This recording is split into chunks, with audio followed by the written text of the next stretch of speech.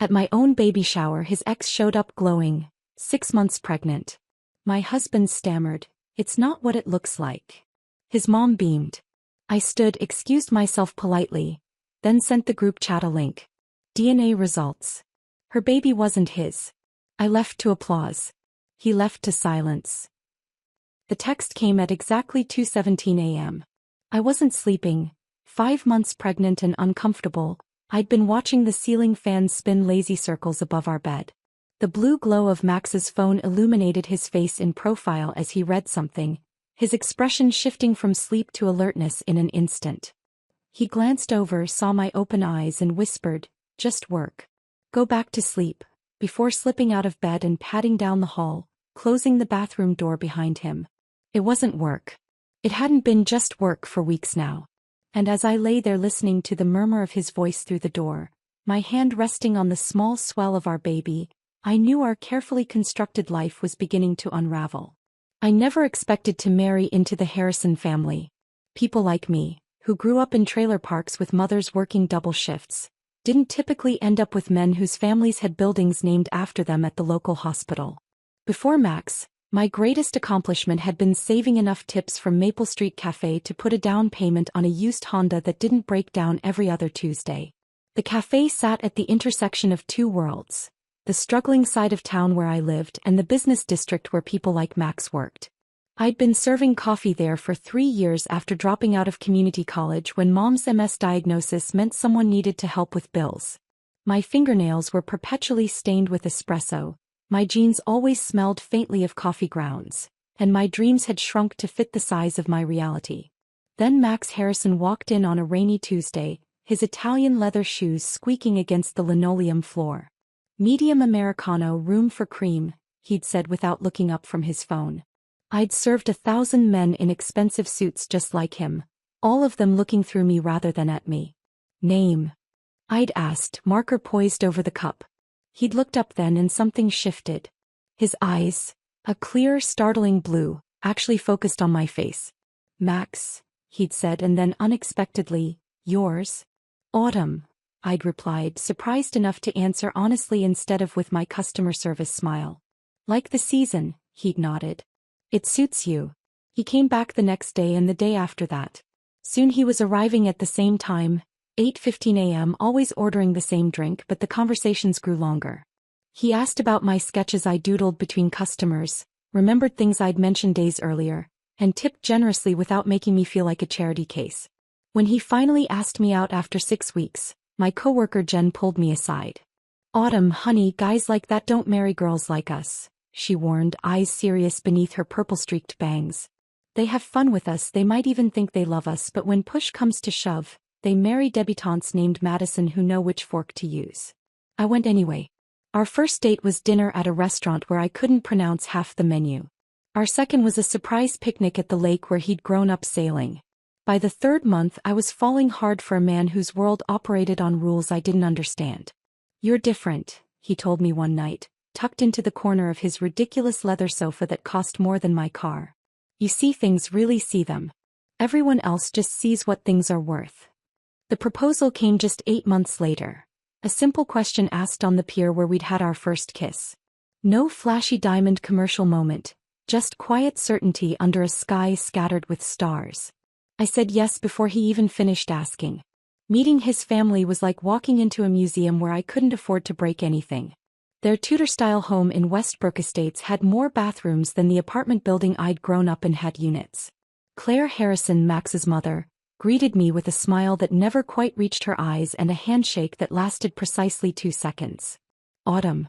What an earthy name," she'd said, pronouncing it like it was a questionable menu item. "Max tells me you work in customer service?" That first dinner set the pattern. Claire would serve courses I couldn't identify, ask questions about topics I knew nothing about, and reminisce about family vacations to places I'd only seen in magazines. Each time I used the wrong fork or mentioned my mother's double shifts at the nursing home, her eyebrows would lift slightly, not enough to be overtly rude, just enough to mark the misstep. "We just want you to feel comfortable in our world, dear," she'd say in a tone that made it clear I never truly would. The wedding was small by Harrison standards. Only 150 guests instead of the 300 Claire had initially proposed. She'd taken over planning with surgical precision, gently steering me away from choices she deemed charming but perhaps not quite right for a Harrison bride. My mother sat awkwardly among people who spent more on weekend getaways than she made in a year, her good dress looking suddenly shabby under the crystal chandeliers. Life as Mrs. Harrison came with unexpected rules. There were charity boards I was expected to join, tennis lessons I was expected to take, and dinner parties where I was expected to discuss topics I scrambled to research in advance. Max defended me when he noticed Claire's corrections, but he didn't notice them all. When I discovered I was pregnant just after our first anniversary, I thought it might finally bridge the gap. Claire's face actually softened when I told her she'd be a grandmother. For the first time she hugged me without that slight hesitation. "A baby changes everything," she'd whispered, and I foolishly believed she meant it in a good way. The changes came, but not as I expected. Max started coming home later, his kisses tasting like mouthwash meant to hide something else. His phone would ping at odd hours and he'd take calls in the bathroom with the shower running. Work trips multiplied on his calendar, always last minute, always urgent. "Investment banking doesn't sleep, Autumn," he'd say, not quite meeting my eyes. "You wouldn't understand." I understood more than he thought. I understood the way he'd become jumpy when I walked into a room, how he'd changed his phone password for the first time since we'd met. I understood something was wrong, but I kept hoping I was just being paranoid.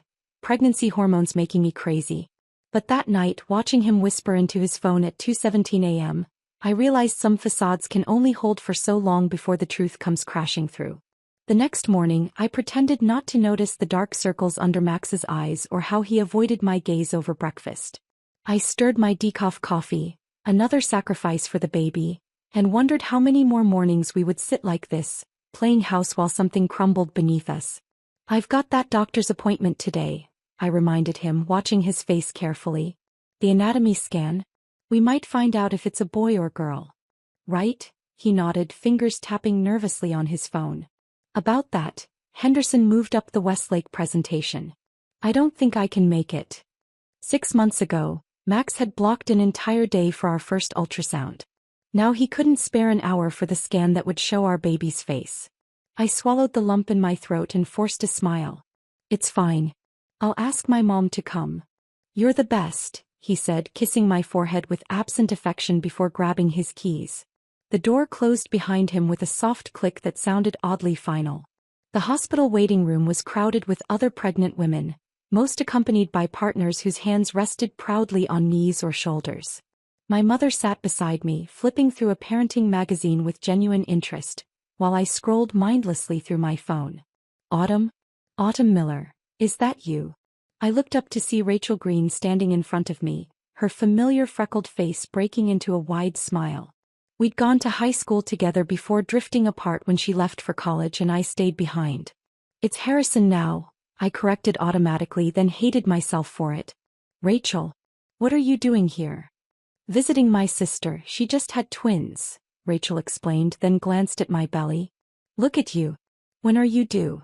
"August 17th. I smiled, genuinely happy to see a familiar face from my old life.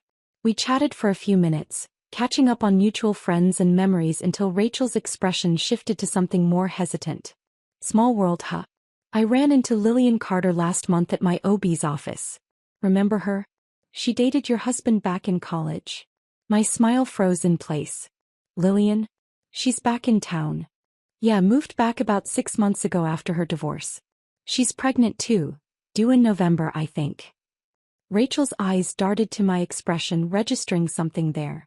"Probably just a coincidence running into both of you like this." But Rachel wasn't good at hiding things, never had been. There was something in her eyes, a question she wasn't asking. My throat tightened. "Probably," I agreed, voice carefully neutral. "Hey, give me your number. We should catch up properly." After the appointment, a healthy baby girl, my mother crying beside me as tiny hands waved on the monitor. I sat in my car alone, hands shaking on the steering wheel. November. Just 3 months after my due date. I did the math in my head. If Lillian was due in November, she would have conceived around February. The same month Max had that emergency conference in Chicago. The same trip he'd come back from acting strange, distant, guilty, checking his phone constantly.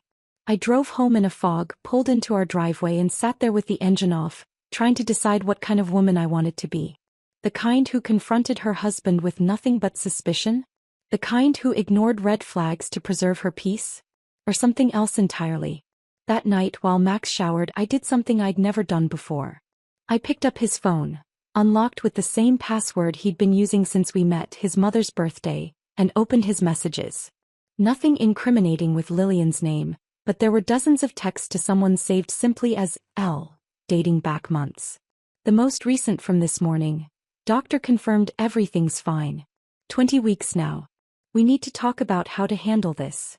My hands were steady as I took screenshots, sending them to myself before deleting the evidence from his outgoing messages. An odd calm settled over me, the kind that comes when suspicion hardens into certainty. I replaced his phone exactly where I'd found it, then opened my laptop and began researching paternity testing. 2 days later, I waited outside Max's gym in my car, watching as he emerged in his expensive workout clothes, water bottle in hand. I followed at a distance as he tossed the bottle into a recycling bin near the parking lot exit. Once he drove away, I retrieved it, carefully placing the bottle with his DNA into a Ziploc bag. This is going to sound strange, I told my old friend Jen over coffee the next day, but I need a strand of hair. From a man. One that isn't related to Max. Jen raised an eyebrow but didn't ask questions. One of the reasons we'd stayed friends through everything. She plucked a hair from her boyfriend's sweatshirt draped over her chair. Will this work?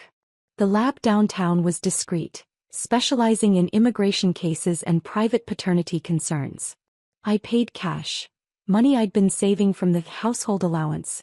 Claire insisted I should have despite not needing to work anymore. The technician explained they would run the test twice. Once with the husband's sample against the fetal DNA they could extract from my blood, and once with the unrelated male's hair as a control. Results in 3 to 5 business days, he explained, not meeting my eyes. I wondered how many desperate women like me had sat across from him, seeking answers they didn't want to find. 4 days later the lab called. Mrs. Harrison? Your results are ready. Would you like us to email them, or would you prefer to pick them up in person? Email is fine, I said, voice steadier than I felt. The results came through while I was folding tiny pink onesies for the nursery. I sat on the edge of the bed, one hand on my growing belly, and opened the attachment. The unrelated male sample came back negative, as expected. Max's sample showed a 0% probability of paternity with my baby. I read the line 6 times, each time hoping the words would somehow rearrange themselves. They didn't. I printed the results and locked them in my desk drawer, then calmly finished folding the baby clothes. Something cold and determined had settled in my chest, replacing the panic and hurt with something almost like purpose. My baby shower was in 3 days.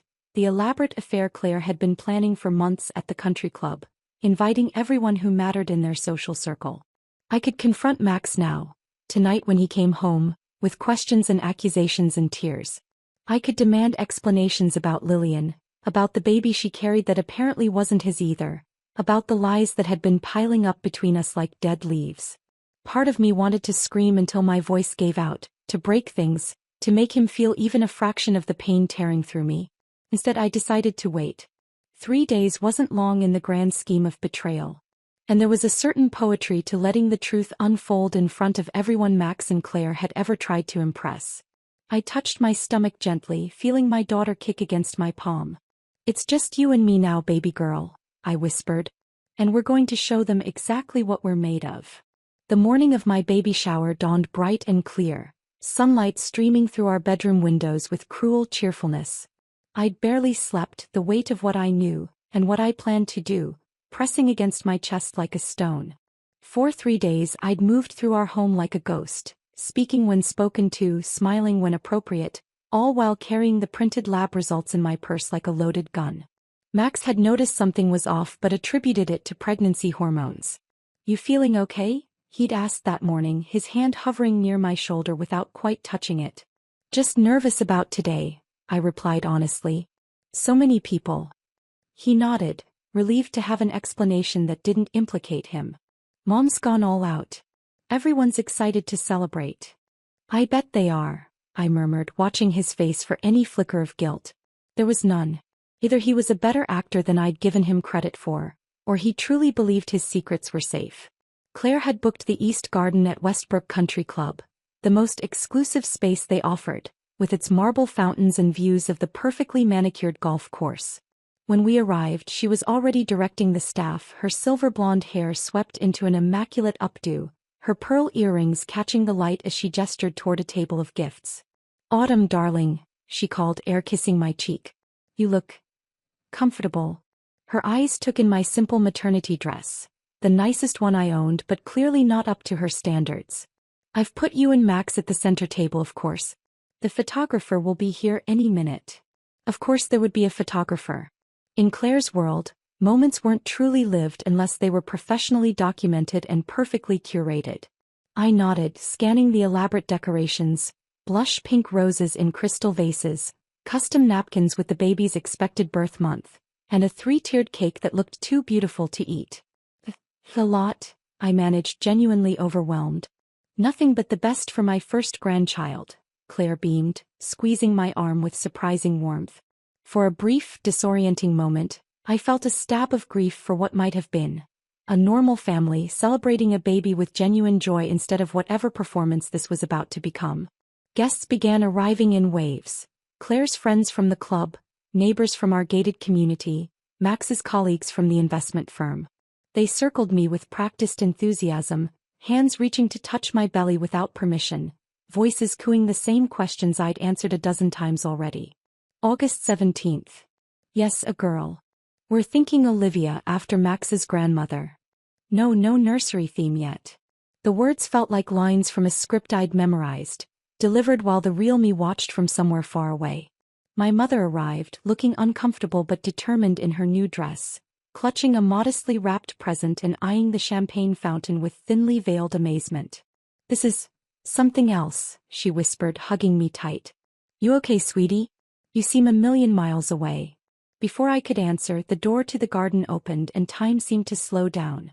Lillian Carter stood in the entrance, her hand resting protectively over a small but unmistakable baby bump. She wore a fitted green dress that highlighted her pregnancy, her blonde hair falling in perfect waves around a face I recognized from old photos Max had once forgotten to remove from a drawer.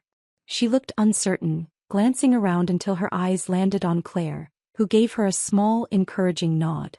The conversations around me dimmed to a murmur as heads turned, guests trying to place this newcomer who clearly hadn't been on the invitation list. I felt rather than saw Max freeze beside me, his champagne flute suspended halfway to his lips.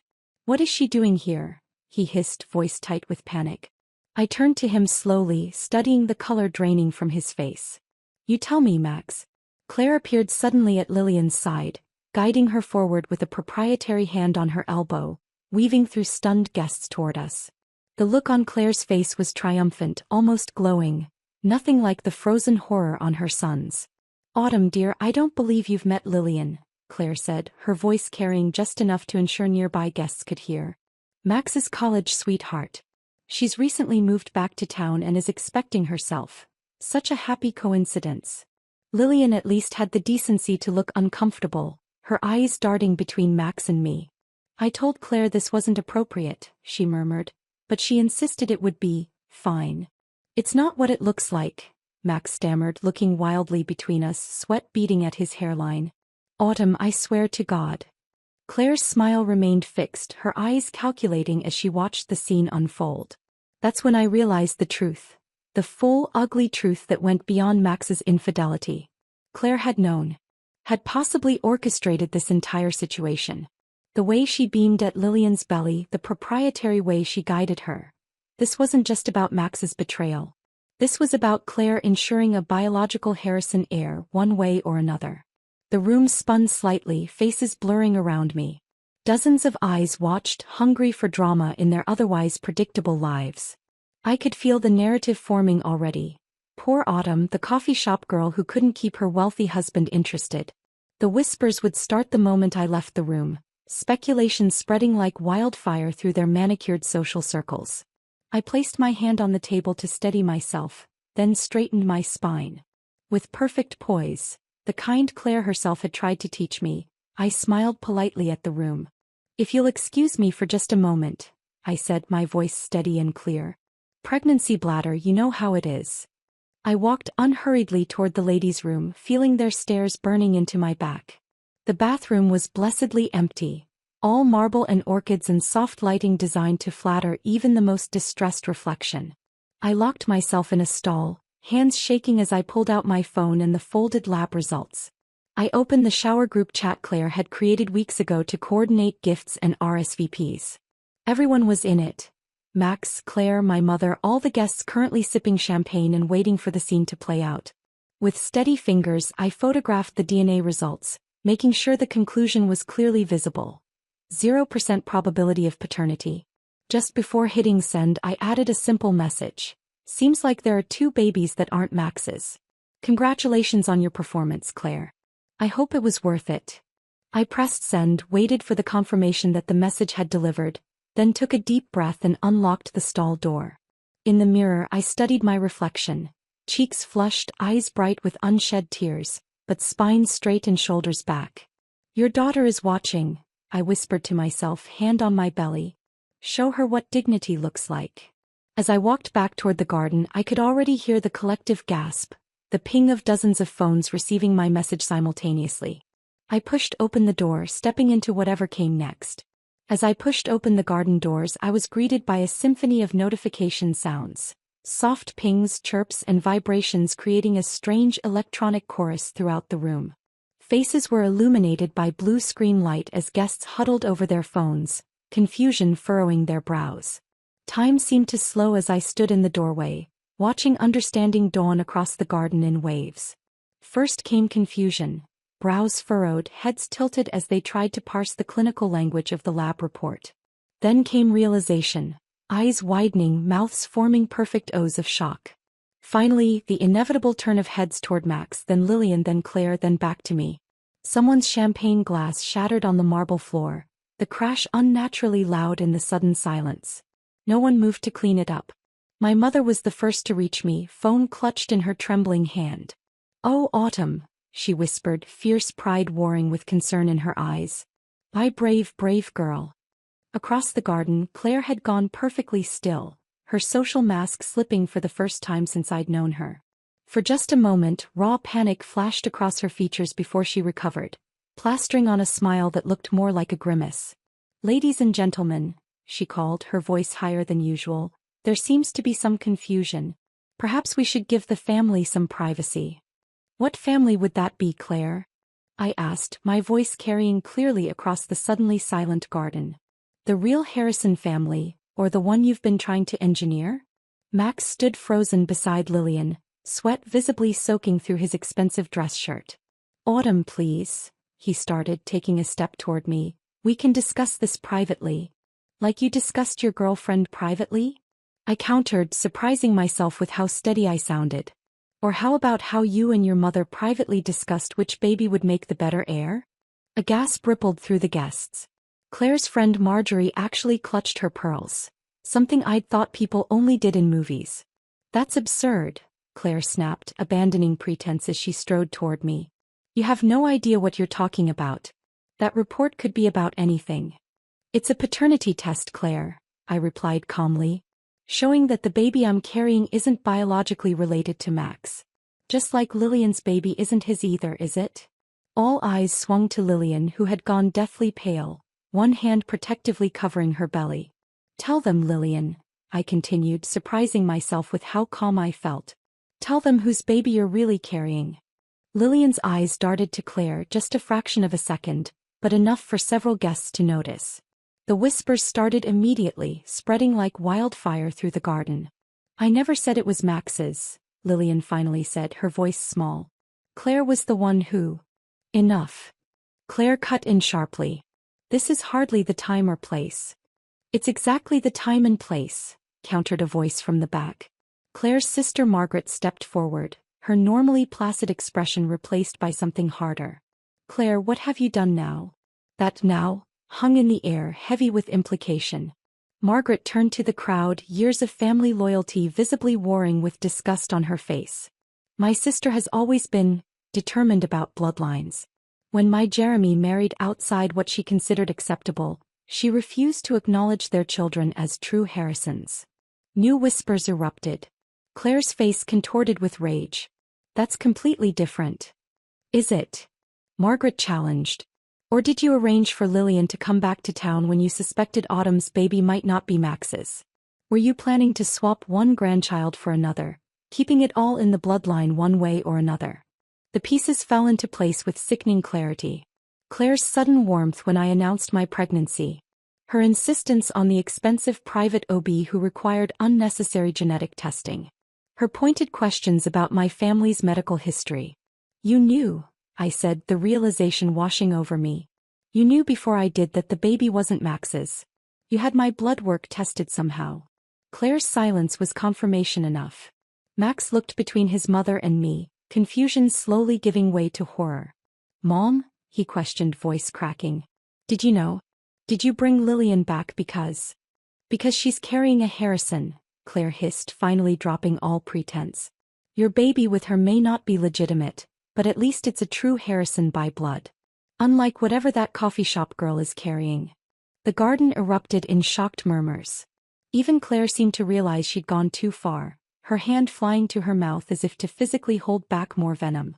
My baby may not be a Harrison, I said into the stunned silence, but she'll never have to wonder if she's good enough. She'll never be measured by her bloodline or bank account.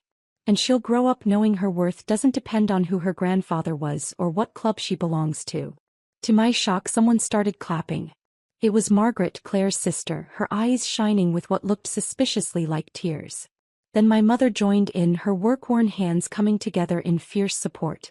One by one, others joined. First Claire's friends from the garden club, then the younger cousins who'd always seemed uncomfortable with family politics, and finally almost everyone in the garden. The applause swelled, not the polite kind that acknowledges a speech but the genuine kind that recognizes courage. I stood straighter, one hand resting on my belly where my daughter kicked as if joining the ovation. Max looked shell-shocked, glancing around at the people who had witnessed his humiliation. I didn't, he stammered, but no one was listening to him anymore. Claire grabbed his arm, whispering urgently in his ear, but he shook her off for perhaps the first time in his life. The perfect son finally seeing his mother clearly. Was any of it real? He asked me, his voice barely audible above the continued applause. Us. I considered him for a long moment. The man I'd thought I knew, the life I'd thought I wanted. Parts of it, I answered honestly. Just not enough. He nodded once, then turned and walked out of the garden alone, shoulders hunched, no longer the golden son but just a man who'd lost everything that mattered through his own choices. The door closed behind him with a soft click that somehow cut through the noise. Claire watched him go, then turned back to me, years of social conditioning battling with naked fury on her face. You've ruined everything, she spat, quiet enough that only those closest could hear. No, Claire, I replied, equally quiet. You did that all by yourself. I turned away from her, toward the crowd of people still applauding. Some out of genuine support, others simply thrilled to witness the social event of the season. I nodded my thanks, then took my mother's arm. I think that's enough celebrating for one day, I said to her. Let's go home.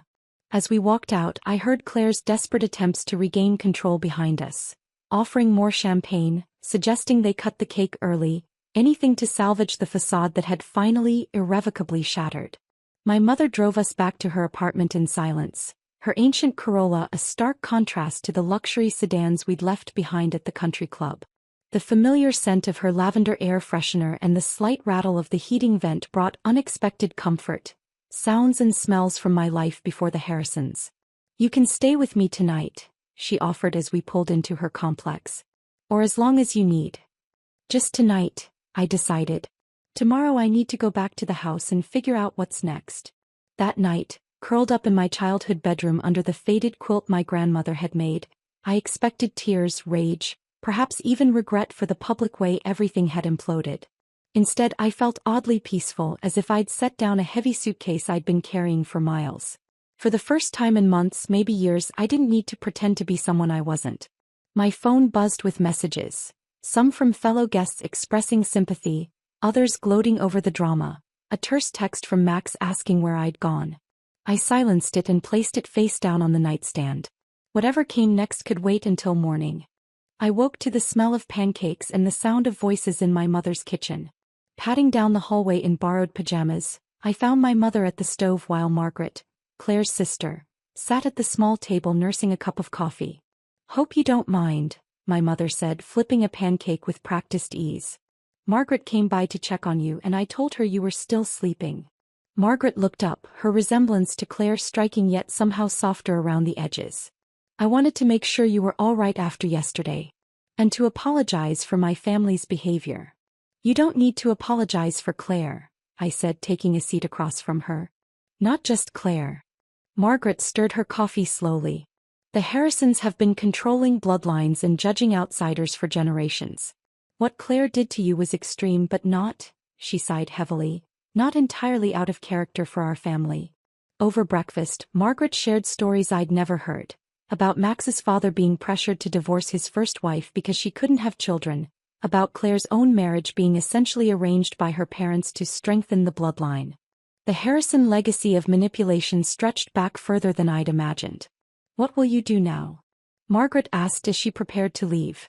I placed my hand on my belly, feeling my daughter kick.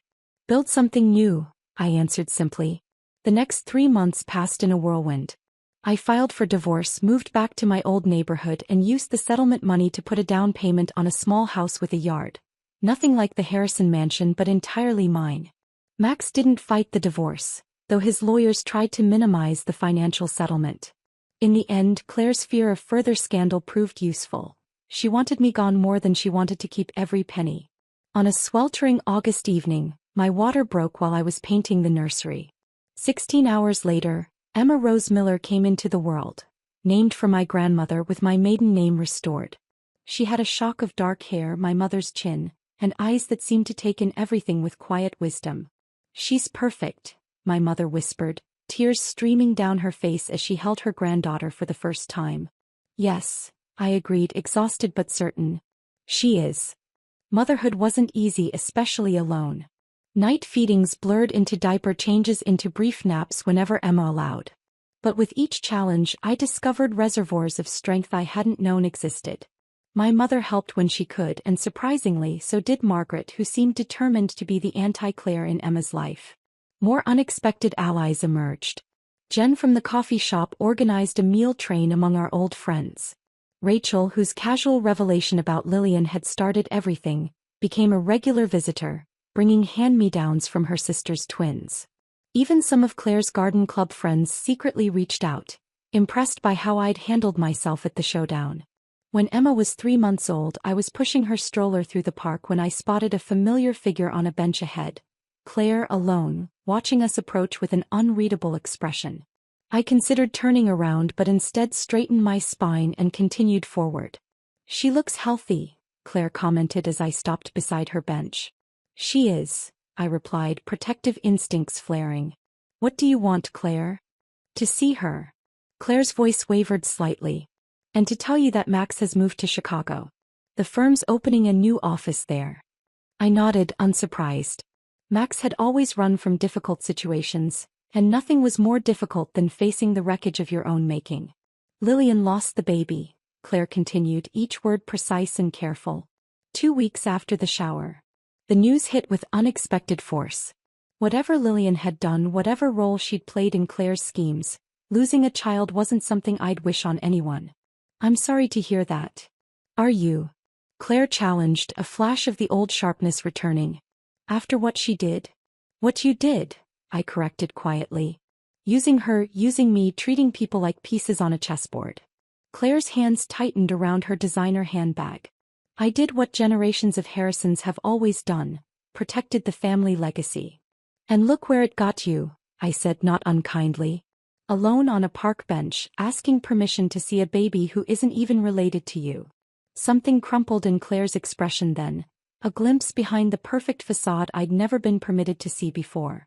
"Do you know what my mother said to me the day I brought Max home from the hospital?